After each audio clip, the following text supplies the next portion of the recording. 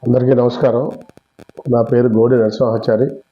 నేను ఆంధ్రప్రదేశ్ విశ్వ బ్రాహ్మణ సాధకారత committee BC convener, Telugu Desam party. మరియు నా శ్రీమతి గోడి Vijayalakshmi 38వ ward corporator, Telugu Desam party. కూటమి ప్రభుత్వం ఇచ్చినటువంటి ఆదేశాల మేరకు గ్రామ సభలు నిర్వహించడం జరిగింది. మా వార్డులో 5 సచివాలయాలకు సంబంధించినటువంటి అడ్మిన్లు, సెక్రటరీస్, వెల్ఫేర్ సెక్రటరీస్ మరియు స్థానిక ప్రజలతో P4 విధానాన్ని నారా చంద్రబాబు నాయుడు గారు ప్రవేశపెట్టినటువంటి తరుణంలో అసలు ఈ P4 అంటే ఏమిటి, ప్రజలు ఏ విధంగా భాగస్వాములు చేస్తాం, ఎన్ఆర్ఐ పార్టీల దగ్గర నుంచి ప్రభుత్వం దగ్గర నుంచి వస్తున్నటువంటి సహాయాలు ఏమిటనేది ప్రజలకి కొంత మేరకు మేము తెలియజేయడం జరిగింది.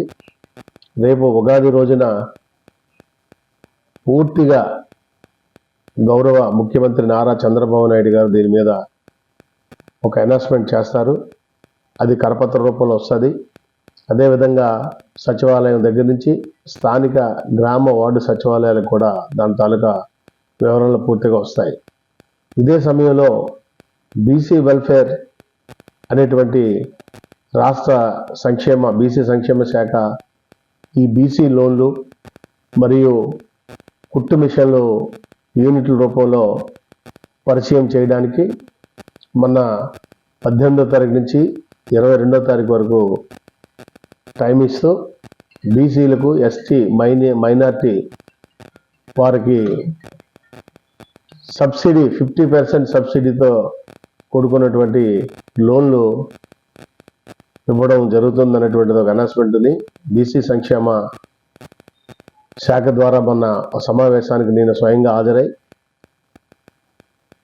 ఈడీ గారి యొక్క సూచనల మేరకు కొంతమంది లబ్ధిదారులని, అంటే 5 లక్షల రూపాయలు తీసుకున్నటువంటి బీసీ వాళ్లకు 50% సబ్సిడీ 2.5 లక్షలే తీర్చేటట్టుగా బ్యాంక్ లింకేజ్తో ఏ విధంగా అప్లై చేయాలనే దానిపై సచివాలయంలో చేతివృత్తిదారులకు పూర్తిగా ఇది ఉపయోగపడుతుందన్న ఉద్దేశంతో కొంతమందిని ఇందులో జమ చేసి అప్లై చేయడం కూడా జరిగింది.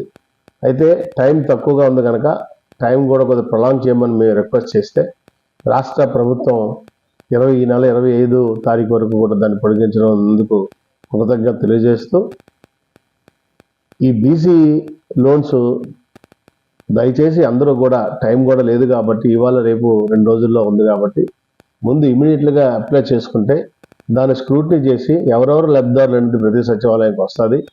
అదేవిధంగా కుట్టు మిషన్లు 18 సంవత్సరాల నుండి 50 సంవత్సరాల లోపు ఉన్నటువంటి వితంతు మహిళలకు, వికలాంగు మహిళలకు మరియు ఒకవేళ మ్యారేజ్ అవ్వలేనటువంటి వితంతులు కూడా ఉన్నారు. అలాగే మ్యారేజ్ అవ్వలేనటువంటి మహిళలకు కూడా ఈ కుట్టు మిషన్లు ట్రైనింగ్ ఇచ్చి తద్వారా వారికి ఉపాధి కల్పించడానికి ప్రభుత్వం ఒక మంచి ఆలోచన చేసింది కనుక మహిళలు ఇంట్లో ఖాళీగా ఉండడం కాకుండా వాళ్ళు ఇచ్చిన టైం, ఎవరైతే ఇప్పుడు ప్రభుత్వం ఇచ్చిన టైం కాకుండా మీరు ఇచ్చిన టైంకే ఒక స్లాట్ల కింద దాన్ని చేసి మీకు ఆ టైం ప్రకారం మీకు నేర్పిస్తారు.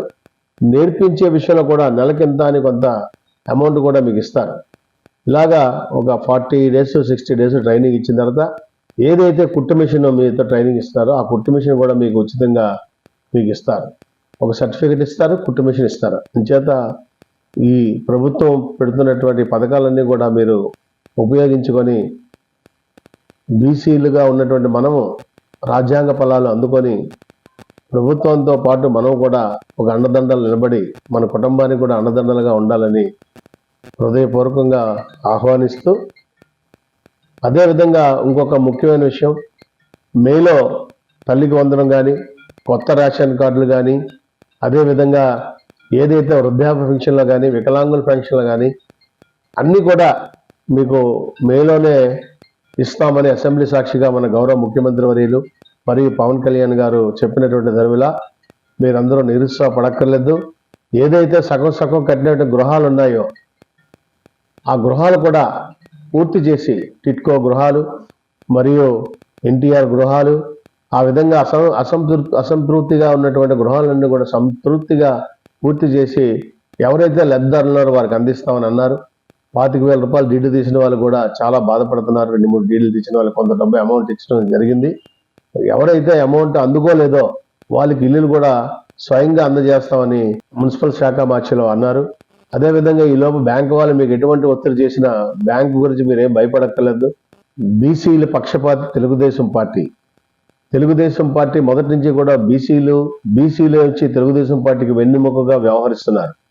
అదే సమయంలో కూటమిగా ఏర్పడినటువంటి బీజేపీ మరియు జనసేన పార్టీలు కూడా ఏదైతే చంద్రబాబు నాయుడు గారి తాలూకా ఆలోచనలు, వారి తాలూకా విధానాలు, వారి తాలూకా ప్రజ యొక్క పరిపాలన విధానాన్ని ఆకర్షితులై వారు కూడా అండదండలు అందిస్తున్నందుకు చంద్రబాబు నాయుడు గారు ఒకటే ఒక వినూత్నమైన ఆలోచన, ఆదరణ పథకం అనేటువంటిది పెట్టారు గతంలో. తద్వారా చేతివృత్తిదారులకు అందరికీ మిషనరీలు ఇచ్చారు. ఇప్పుడు అదే ఆదరణ పథకం నెంబర్ 3 వస్తుంది. దాని ద్వారా ఎవరైతే లబ్ధిదారులు ఉన్నారో వాళ్ళు ఎంచుకున్నటువంటి మిషన్, వాళ్ళు ఏదైతే ఎంపిక చేస్తారో ఆ మిషన్ 90% సబ్సిడీతో, అంటే 10 లక్షల మిషన్ అయితే 9 లక్షలు మనకు కట్టక్కర్లేదు, 1 లక్షే తీర్చాలి. అటువంటి సబ్సిడీతో రుణాలు ఏదైతే మనం ఎంచుకుంటున్నామో అత్యాధునికరమైనటువంటి మిషనరీ, అత్యాధునికమైనటువంటి కంప్యూటర్స్ అన్నీ కూడా సబ్సిడీతో కూడుకున్నటువంటి వ్యవహారాలన్నీ కూడా రేపు ఆదరణ 3 ద్వారా లబ్ధిదారులకి అందిస్తామని చెప్పి ఈ రోజే పేపర్ ప్రకటన చేశారు. అది కూడా ఇంకొక విషయం ముఖ్యంగా చెప్పాలంటే, బీసీలను పక్కాగా నడ్డి విడిచి మోసం చేసినటువంటి ప్రభుత్వం ఏదైనా ఉందంటే అది వైఎస్ జగన్మోహన్ రెడ్డి.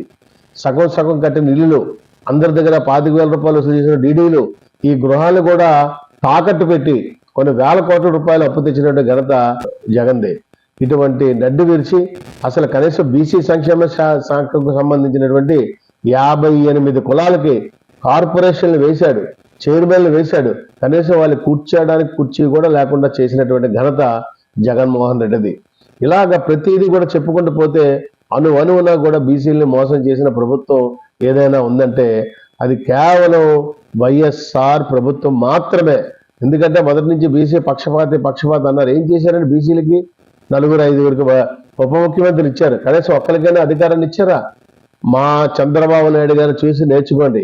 ఒక ఉప ముఖ్యమంత్రికి ఏ విధమైన గౌరవ మర్యాద ఇవ్వాలి, తనతో పాటుగా ప్రతి ప్రభుత్వ శాఖల్లో కూడా తనతో సమానమైనటువంటి గౌరవ మర్యాద ఇచ్చినటువంటి మహానుభావుడు మా ముఖ్యమంత్రి నారా చంద్రబాబు నాయుడు గారు. అది పదవి ఇవ్వడం, పదవితో పాటు గౌరవం ఇవ్వడం. అంటే మీరు 4-5 ఇచ్చారు ఉప ముఖ్యమంత్రిగా, కనీసం ఒక్కరికి కూడా ఎమ్మెల్యేకి ఇచ్చినటువంటి నిధులు కూడా వాళ్ళకి ఇవ్వకుండా వాళ్ళని ఎంత అగౌరవపరిచారు.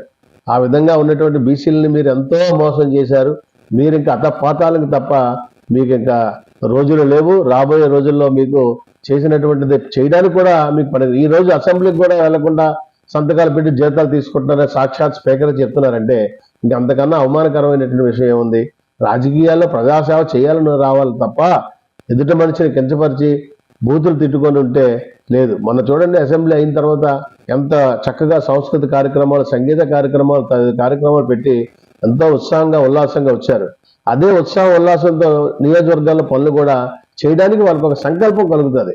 అది తెలుగుదేశం పార్టీ కూటమి యొక్క విధానాలు. బీసీలకు ఇచ్చినట్టు గౌరవం ఎప్పుడు కూడా తెలుగుదేశం పార్టీ ఇస్తుంది.